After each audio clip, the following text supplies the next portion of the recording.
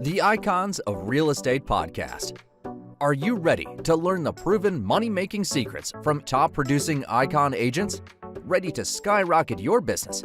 This podcast is for you. Tune in every week with your host, Tomasz Fonseca, and find out how to implement proven strategies to 10 times your business, from $3 million to $30 million in just 12 months. Brought to you by the Masters at Real Estate Marketing, Ardor SEO.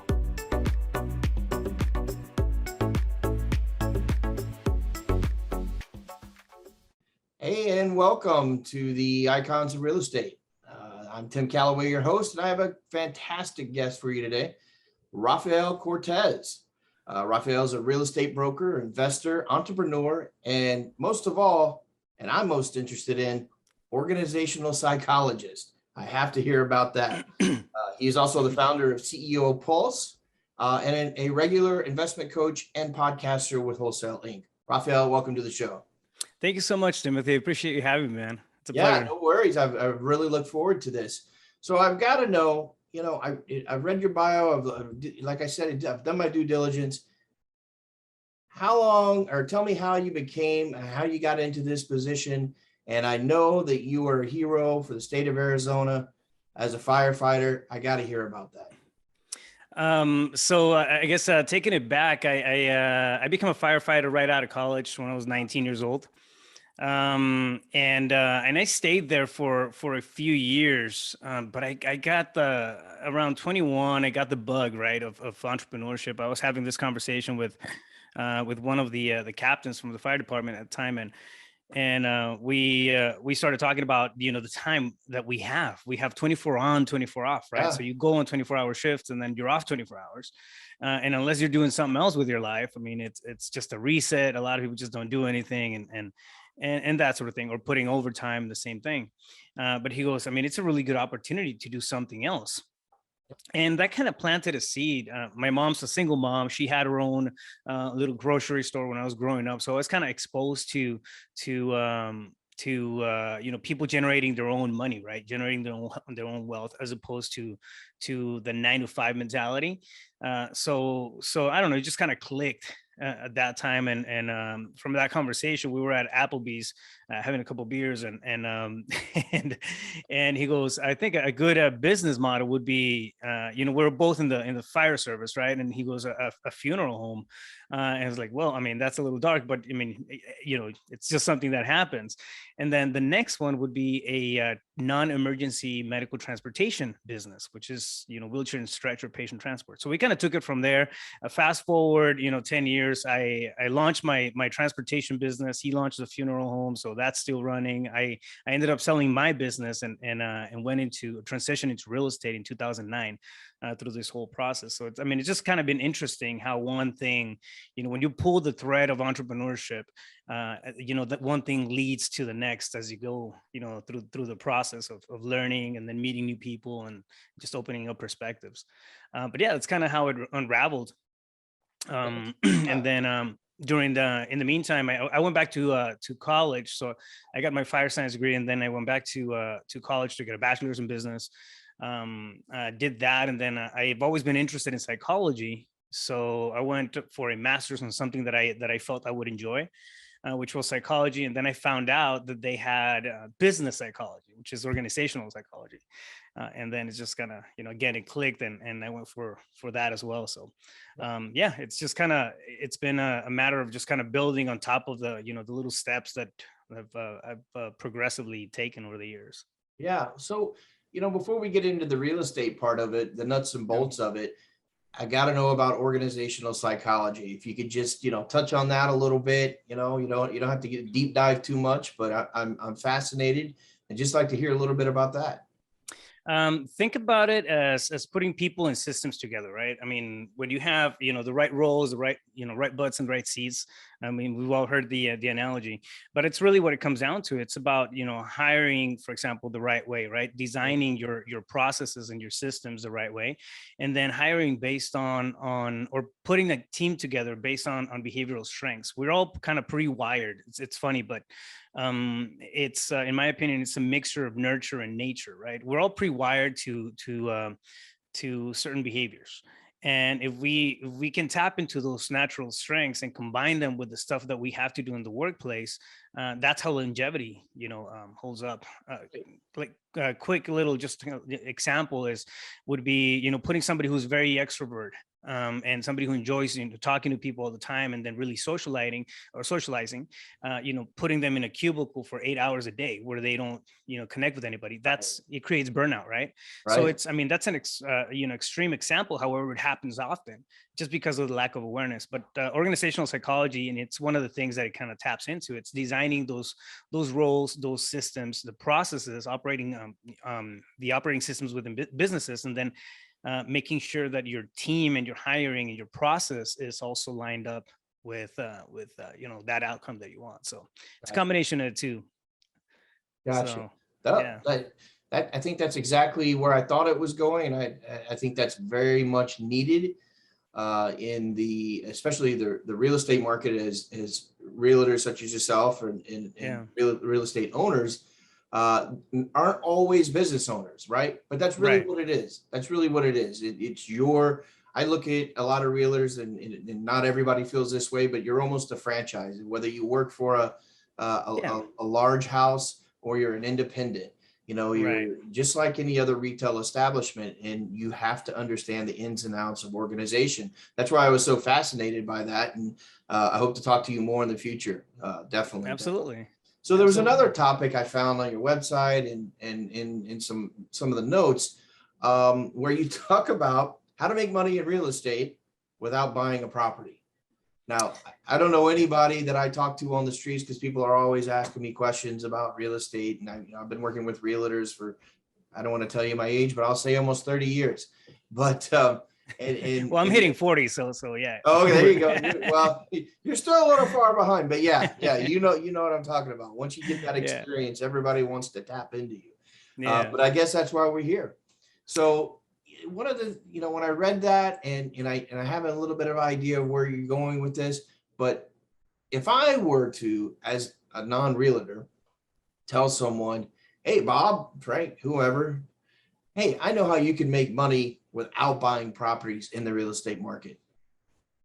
How does that work? I'm dying to know. So the what I'm referring to, I do a couple of different things in real estate. I own 3 different businesses. One is the organizational psychology practice, which we kind of mentioned. The second one is a traditional brokerage, and I have agents in that brokerage, and we'll do traditional sales. And the third one is a real estate investments company. So we do a lot of wholesale and fixing and flipping. I started doing or tapping into real estate investments in 2009, and I bought my first flip, and I bought it from this one guy. And he brought me the property. I paid cash for it, and I did my thing, and I started flipping. I had no idea what I was doing, and broke even on that deal. Didn't make a lot of cash, right? But it exposed me to different strategies. For example, I got a real firsthand story of what it takes to flip a property. That was one. And then I realized that there's this process called wholesaling. And I don't know how familiar your audience is with wholesaling, but basically it's sourcing properties that are in distress. So you're talking physical distress, circumstantial distress, financial distress, or whatever, right? There's a problem there. And I think the magic of that is in the marketing. So we're reaching out, we're marketing for people, we're finding properties that fit that avatar, right? So somebody who can sell in the traditional market, that's not the person that we're looking for. Right. However, if you have properties that have massive, for example, physical distress, and they, the seller can't afford the repairs, or they're being relocated and they have to sell quick, that sort of thing, that's where we come in. So anyways, you negotiate a property, you have to get it under retail value, and then adjust for repairs. And there's a couple of particulars that go into that, but you negotiate that contract, you get a signature, and then what you do is you don't sell the property itself, you sell the contract, you sell the agreement for an assignment fee. So and that assignment fee is the difference between what you got the property for and then what you sell it to somebody who's going to come in and actually flip it, right? So it can be $15,000, $20,000, $30,000, depending on the extent of the situation, the price point of the property. We had double closes and assignment fees that go north of $120,000. So it can be something very financially rewarding if you set it up as a real system, as a real operation. Yeah, I like the sound of that. Definitely. I think anybody who's interested in getting into real estate without having to put a hammer in their hand, Yeah. or plunking down, $500,000 to buy their first home, this sounds like a great opportunity for them. You had mentioned getting that entrepreneurial spirit, that entrepreneurial bug.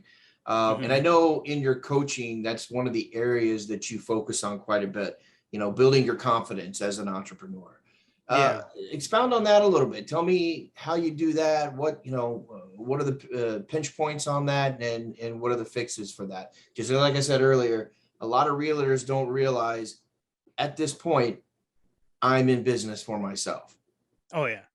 Yeah. So, I mean, we go through the licensing process and all that stuff, but that's really all that is. And depending on what brokerage you land in, they may teach you a couple of strategies here and there for marketing and that sort of thing. But it really comes down to us, right? As independent contractors or entrepreneurs to hit it and, get to that next level. It's going to be a matter of tenacity. It's going to be a lot about mindset. I mean, 80% of the conversations that I have are just mindset based. It's limiting beliefs, that we just kind of have because we've learned them through the years, and we assume, right, that there's difficulty in certain aspects of what we're trying to tackle on, and frankly, I mean, I think we all just get in our own ways. It's things don't have to be that complicated, but a lot of the conversations that I have, especially with my students, they come down to the belief. Okay, what's that belief that I can adopt that can take me to that next level, right? For example, I grew up in a very humble, I grew up in a mobile home and very humble beginnings. So in my head, I was wired to think that $30,000-$40,000 a year was, that was the epitome of success. And it took me a long time to break through that. Right. So what happened, my financial thermostat was around that range. I started, after a couple of years at the fire department, I was hitting 60,000, 70,000 in overtime. And man, I felt like I was, successful twice. You know what I mean? Yeah, crushing it. Yeah. And then you grow up, and then you figure out like, okay, cool. A lot of stuff that I want to do, it's just not conducive. Like I need to figure something else out. But it took me a long time to just reset that financial thermostat. And what that means is reset the belief that, okay, cool, I can tap into something else. I can tap into a higher, better version of me, perform better, and really, aim and thrive and have permission to actually go after that life by design that I want, right? And it can be a big thing to just kind of chew up in one sitting, but it really is. We do have the opportunity, right, to design our life. The challenge just comes in and okay, what vehicle we're going to take to get there. To me, real estate is actually the best vehicle out there. And the mindset though is the one thing that really gets in most people's way. If you go through coaching, go through a learning curve, and even jump on YouTube University, you're going to get a bunch of information. And the technical aspect, somebody's going to be covering that for you already.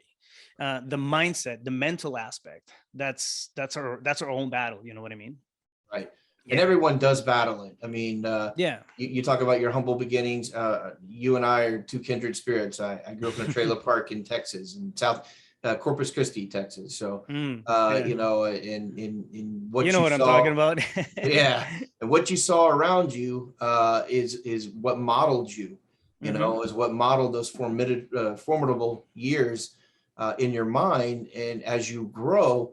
And that's why I'm so fascinated by your coaching, and I want to get into that a little bit more.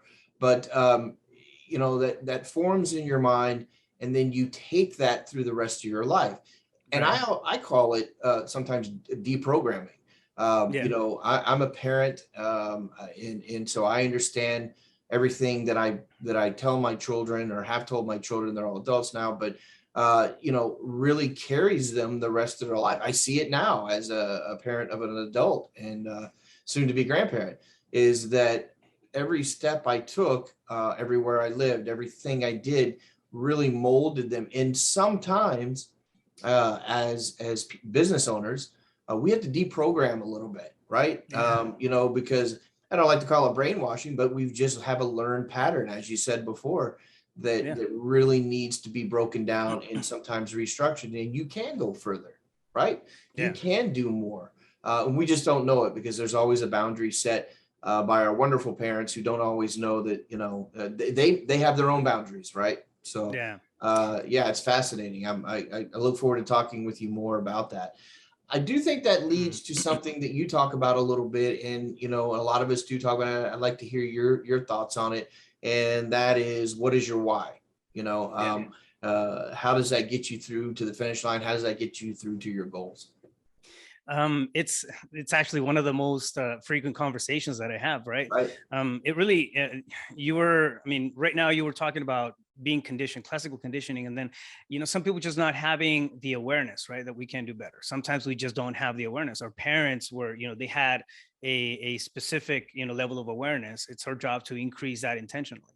Now that's where the why comes in. Okay, so what wakes you up in the morning? What helps you get that that fire in your belly and push? For a long time, I didn't know what it was. And then I started chasing the dollar on my first businesses. I got burned out in my 20s, and then for a long time the why was, okay, I just want to make more money. I want to I want to make more money. Problems, right? More money just solves everything. Yes, more money.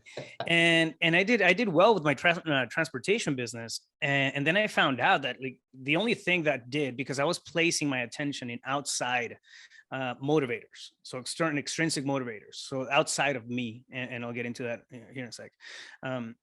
The only thing that was doing was, I hit that first number and I felt really good for about, 30 seconds or something. And then I was like, okay, cool.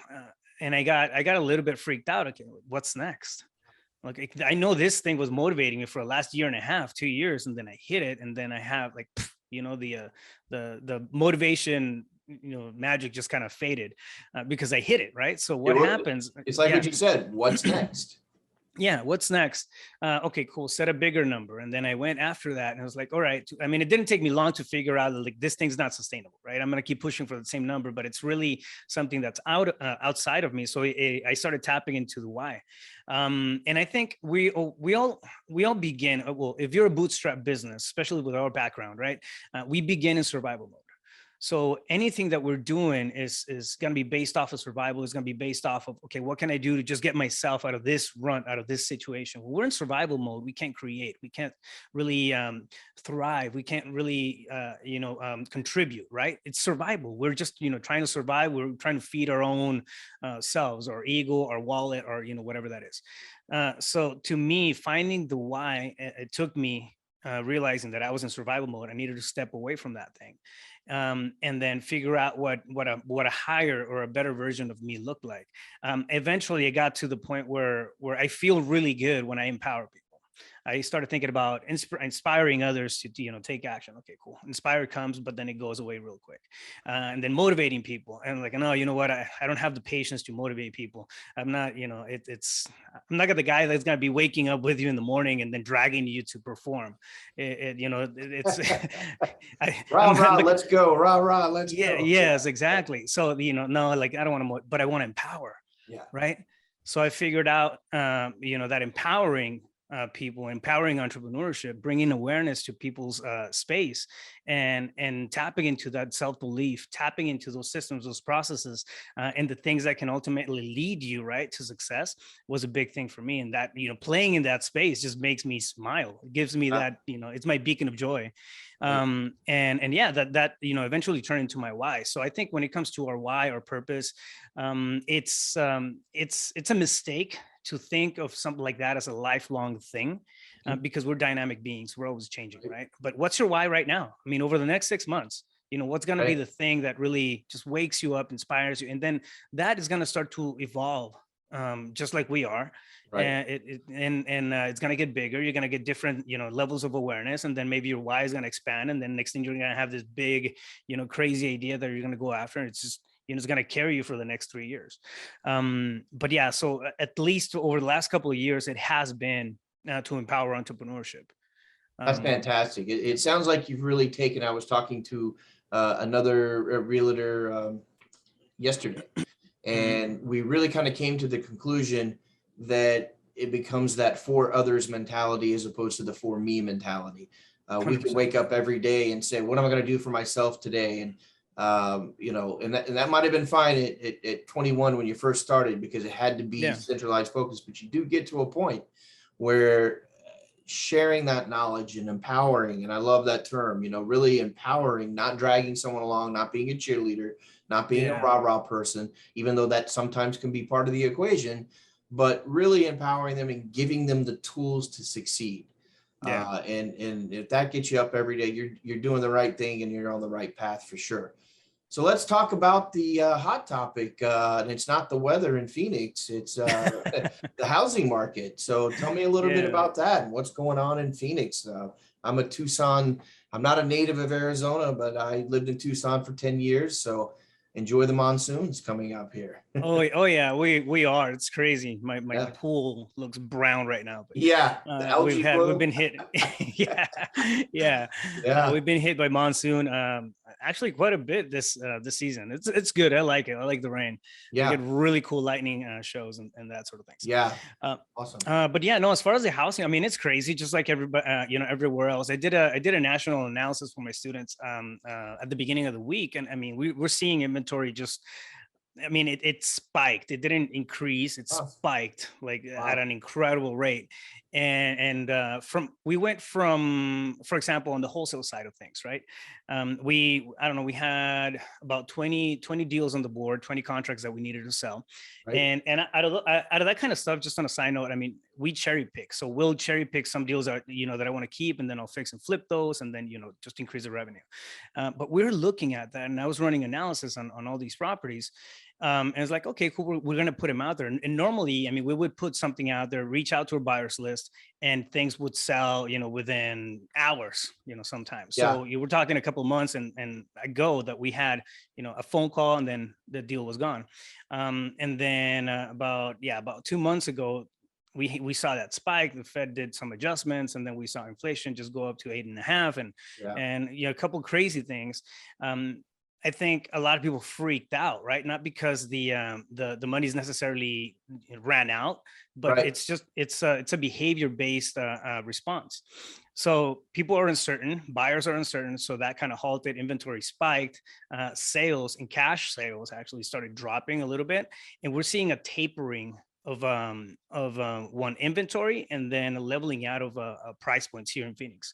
So what does that mean? It means that days on market are being extended, for example, right? So it's taking longer for properties to sell. If you're a real estate investor and you're fixing and flipping, that matters because you're financing hard money, right? And it's expensive. So instead of paying for 1 month of hard money, you're paying, for 3 months, and that can really, take a hit on the profits depending on how you lock the deal and whatnot. Also, there's a lot, concessions and that sort of thing is coming back to the market. I see that in a lot of my agents' deals as well.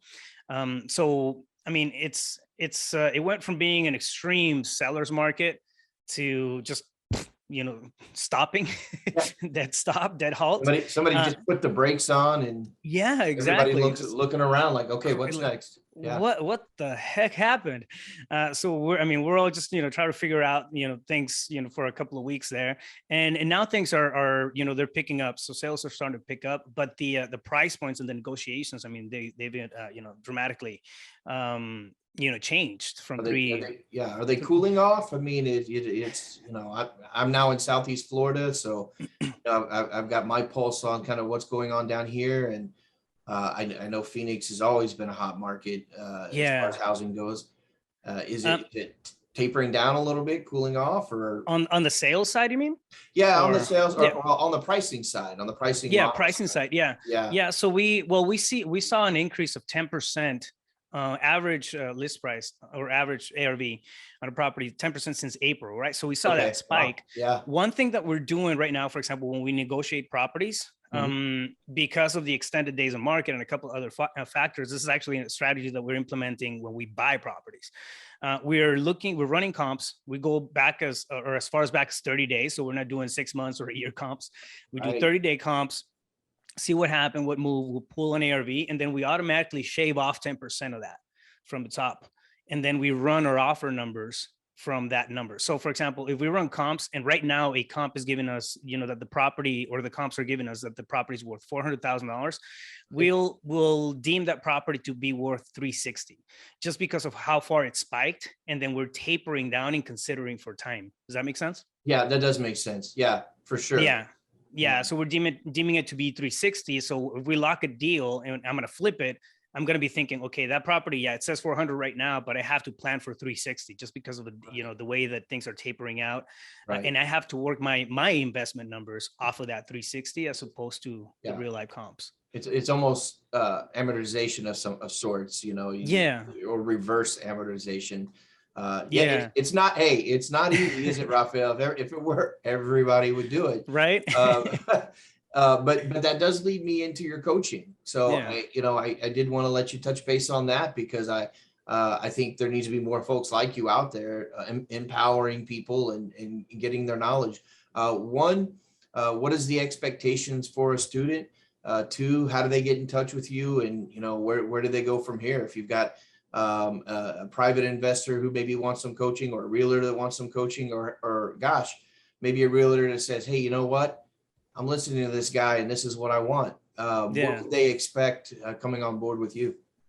So good question. Thank you. A couple of things, like, for example, wholesaling is one of those things that aligns to, I've been licensed for years, and since 2013. And I've been able to convert, like, people who don't want to go for the cash offer. We're already in the middle of that conversation. So we usually end up doing something on the listing side. So it's just kind of like one of those things that aligns to the traditional sales side of things, right? And one thing, when students usually come in, they'll see their first negotiations and deals come up within the first 60 days and usually close within the first 90 days.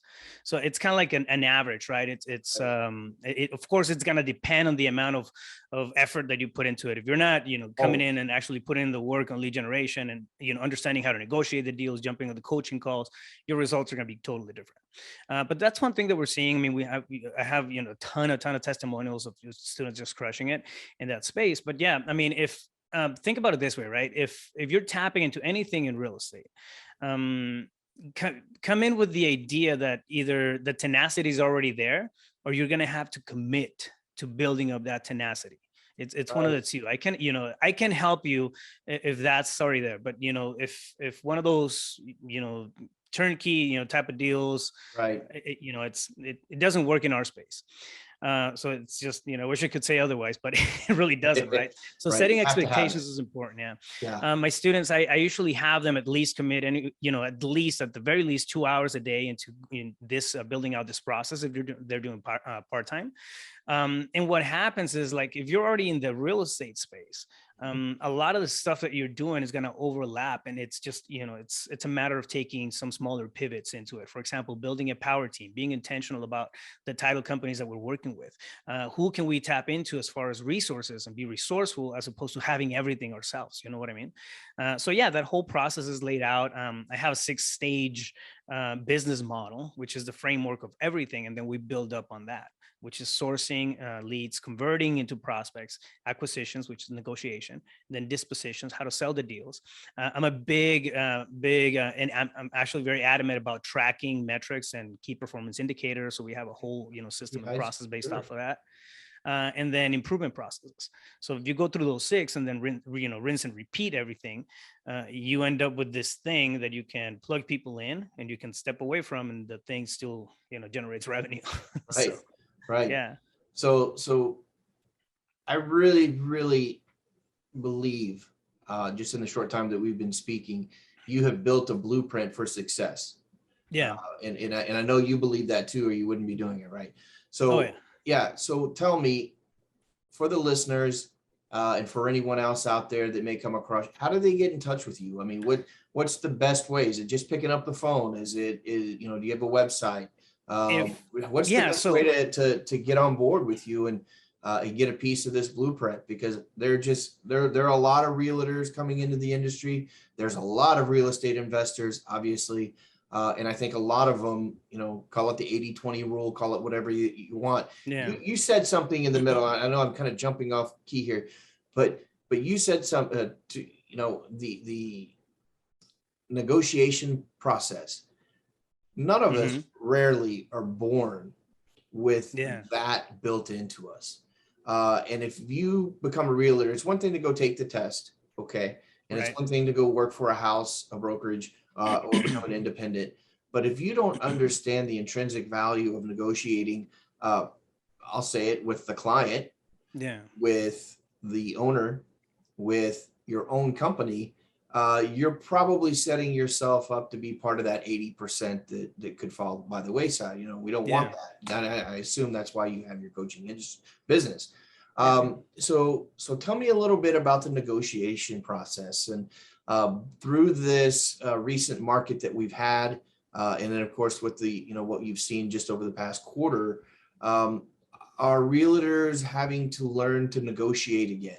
And I say that flippantly, right? I mean, you know, when you've got 9 buyers lining up at your door to buy your home an hour after it goes online, we get lazy. You get lazy, right?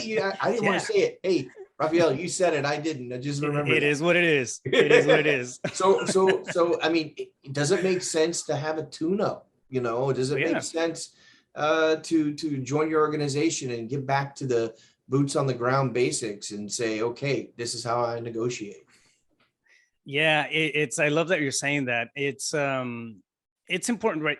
The stigma of negotiation, it's always friction. Right. So somebody thinks about negotiation, it's going to be a zero-sum game. All right. It's okay. I'm going to negotiate. I'm going to win. And then I got my thing. But the space where I do it from, it's a win-win scenario, right? The seller, in our case, for example, specifically in wholesaling, the seller doesn't want what we want. Right. If they were looking for the maximum amount of cash, they would you know, find a way to put that thing on the market and then list it, go traditional route. We have them. We actually make them aware of that. We let them know. We clarify. We make sure that they understand they can list the property and then make more money on this thing. However, one thing that is always forgotten about when we negotiate, quote unquote, is that the fact that we're problem solvers. As wholesalers, we come in, and what we're trying to do is figure out what the real problem behind the whole situation is. And you have people who are being relocated. You have people who, you know what, I have squatters, and they happen to be my niece and nephew, and I just don't have the heart to kick them out. So I rather get rid of that property. I don't want it anymore. I haven't seen it in 10 years, and I know it's a mess. We see that more often than you would think, right? So a lot of the times it's being that person for them. When we're negotiating, what we're really doing, it's a discovery process. It's a discovery conversation. Okay, what is really happening? Okay, what levers and buttons can I push and pull to create a real sound solution for this person? If it's an elderly woman, okay, can we, you need to downsize, you need to cash out this and then liquidate some debt. We can help you out with that. We can also help you with the move if you don't want to deal with the stuff that you're there, and going that extra mile. So it takes some creative thinking to really craft a good, solid solution for sellers in this space. But that's the thing, right? We're exchanging speed and convenience for an assignment fee, for revenue. Right. The convenience of, whatever it is that their issue is. And then our thing is that we're going to do it fast. People are willing to do. I mean, I can't tell you how many times I've gone to more expensive, like Sprouts, for example, as opposed to going to a regular store that is Costco, that I know it's going to be, they have good stuff, but it's going to be a ton of people there. Sure. You know what? I'm just going to go to Sprouts real quick, pay, I don't know, 15-20% more than whatever the fee is, because I want to be in and out in 5 minutes, 3 minutes. It's the same for convenience. Yeah, exactly. Speed and convenience, right? Plus at Costco, I got to spend $500, yeah, exactly. I go in for a gallon of milk and I walk out with a couch or something. Yeah. Note to anyone listening, don't go to Costco for a gallon of milk. It'll cost you in the end. And if you do, take your truck, because you're going to walk out. Right. There's the wisdom in our podcast today. Yeah. So I think when it comes to negotiations, and for example, and in the programming, I have full scripts and full conversations. They're all, it's an organized, type of conversation, right? Right. There's a lot of rebuttals and stuff that, things that just pointers that we can, plug into a conversation to really discover what the real issue is. But that's how we get to those spaces, right? We have a logical explanation of how we get to the numbers. We have a logical approach on how to discover and build rapport and create that that connection with the sellers, and really build that trust, so they know that we're going to be able to perform, right? Which is, at the end of the day, that's what matters. We're not deceiving anybody. We're being as transparent, as we can be in every single aspect. And really, the negotiation almost feels like it's really not a negotiation. It's a conversation for a solution, mutual solution. Yeah. Yeah. I like how you transition that, that phrase negotiation, it's a discussion, and that's all it really should be. I mean, and you said transparency in today's, any market. I mean, it should all have always been like this, is we have to be as transparent as possible, because you'll never get the truth out of anybody trying to sell a property. You are doing in the wholesaling side, that convenience is paramount. It's just, it's quite frankly, to some folks, a burden. So, and it's unbelievable. People don't know about that. So for those people out there, how do they get in touch with you? How do they, how do they contact you? Do you have a website? I do. Well, I mean, I'm pretty active on social media, so people can find me. They shoot me a message and whatnot. I mean, my team helps me with posts and all that stuff, but I look at all the messages that come in. So people can reach out to me at Rafael Cortez CEO on Instagram. I'm pretty active there. I have a YouTube channel where I drop a lot of content, videos, and coaching on mindset and entrepreneurship and wholesaling, of course, as well. And that's Rafael Cortez CEO on YouTube as well. And then if you guys want to download, I mean, I mentioned a 6-stage framework for the wholesale business, which is, but if you go to reiwholesaling.com, you can download a PDF of that thing, and it'll give you a breakdown of what each one of those stages is, and really just set the tone for what kind of foundation you need to have in your business. It's going to tell you what key performance indicators, what metrics and numbers and stats you need to track in your business, how to set up, for example, your lead generation process, and a bunch of other great stuff on that. So it's a short document, but it's concise, and you can download it for free there at reiwholesaling.com. Yeah, perfect. Rafael, it's been a pleasure today speaking with you. I feel like I said before, you've got the blueprint for success for anyone. So I think anybody out there that is maybe on that fence about which direction to go, and that goes back to that mindset that, we either grew up with or we were instilled with in our younger years, college or whatever it might be, you're the guy to talk to. So I really appreciate you having you on the show today. Any last words or thoughts? It's hustle is a season. It's not a business strategy. It's got to be one of my favorite quotes of all time. Yeah. Hustle is a season. It's not a business strategy. We need that tenacity. We need that, that willingness to thrive and succeed and get to that next level, right? But it's a tool. Eventually, we have to leave that hustle mentality and get into that entrepreneur mindset. And that's where systems, processes, and methodical thinking really comes in, when you are able to build that team that's going to carry you and your vision forward, right? So that's it, man. Yeah. That's it. Rafael, thanks for being on the show. I look forward to talking to you again, too. I really Absolutely. do. I would love to, yes. Have a great week. Thank you so much, Timothy. Thank you. Bye-bye. Bye.